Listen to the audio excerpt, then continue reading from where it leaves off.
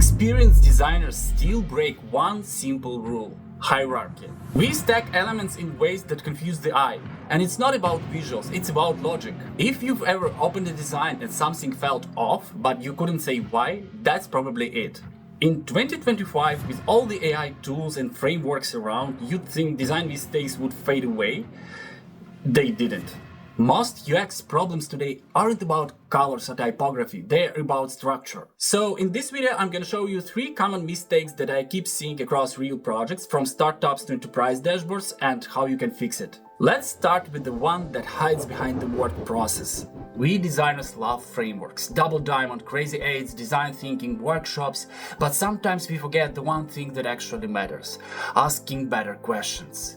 Frameworks are tools, not goals. They don't replace thinking. Real UX starts with clarity. What problem am I solving and how do I measure if it's solved? That's it. So instead of running another workshop, just have one real conversation with your client or user, or even better, run a design Q&A session with an AI note-taker listening in. You ask real questions, the AI captures insights, tags, patterns, and summarizes what matters. That one 20-minute session can replace a whole day of sticky note workshops. Because discovery isn't about how many frameworks you use, it's about how well you listen. Once you've clarified the problem, the next step appears: how you actually build the solution. And that's where many designers fall into desktop-first mindset. When you design desktop first, you usually build a wall of blocks. Everything fits nicely at full width until you shrink it to mobile and the layout just breaks. That's because desktop thinking is additive. You start from everything and then try to remove. Mobile first is the opposite. You start from essentials and let it grow. When you design for mobile, you automatically think in containers.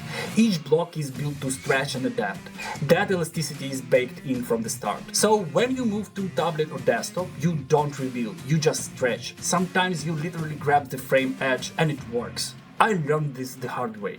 When I worked on a smart building management dashboard, I couldn't move forward with the desktop layout at all. Then I built just one mobile screen and everything clicked. Because on mobile you are forced to decide what really matters first. Key metrics, main actions, top level status, the rest becomes optional. Once that small version worked, scaling it up to desktop felt effortless. And that's actually backed by research too. Studies on interface habits show that we repeat the patterns of the environment we work in. Most of us design on big screens all day, so our brain stays in desktop mode. We literally design for our workspace, not for the user's context. Eye tracking studies also show that mobile users scan in a tighter F pattern. They notice hierarchy immediately.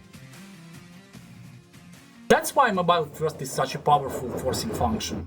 So once you've built with that hierarchy in mind, the next step is keeping it intact. And this last mistake is invisible but deadly. So this one really looks small, but it quietly kills comprehension. Misplaced elements, breadcrumbs sitting below the headline, filters separated from the results by a random banner. Every time we break that sequence, we make users think harder. Users read from top to bottom, from left to right, and your layout should follow the same rhythm. Here is target's category page. Looks clean, right? But the breadcrumbs are below the main headline. That means I first read on-ear and over-ear headphones, and only after that I find out where I am. Target, electronics, headphones, on-ear and over-ear headphones, that's backwards. Breadcrumbs are context, so they should come before the page title, not after. Otherwise, it's like someone telling you the story before saying which chapter you are in. So the correct flow is global navigation, breadcrumbs, H1 headline, results or filters. It's a tiny shift, but it changes how fast the page makes sense. Now let's jump to eBay. I applied a filter called Acme, but the page now shows 2 filter buttons. One at the top next to sort, and another one split by the all, auction, buy it now tabs. So visually it feels like 3 different filtering layers. And the active tab says all, so even though my results are filtered, the interface reads like I'm still seeing all products. That's confusing because the visual hierarchy doesn't match the data state. The problem is context fragmentation. Related controls are split apart by unrelated elements. Users can't tell what belongs together. Now contrast that with Coolblue. A well-designed interface can be read like a sentence, but it speaks a different visual language. For example, on Coolblue you can literally read this layout like a sentence. I mean through those focus zones. Welcome to Coolblue. Right here, these are our most popular irons. Take a look and see which one fits your needs. Need to narrow it down? Tap the blue filter button. Tell us what matters most, and we'll only show the relevant models. Once you've found the right one, here's the green button to add it straight to your cart. Oh, and this second one, that's Coolblue's choice. It's the one we personally recommend. And if you change your mind or want another category, everything's right up here, in the header with search and navigation.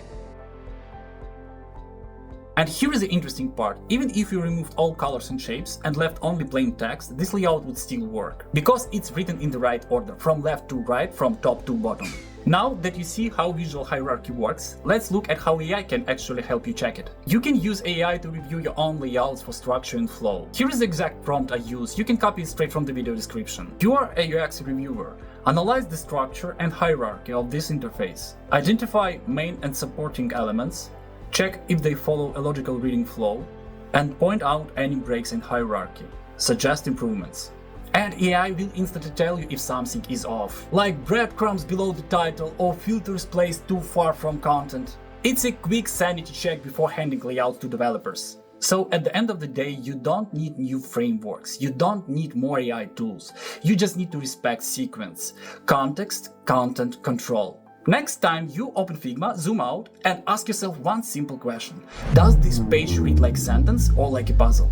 If it feels like a puzzle, simplify.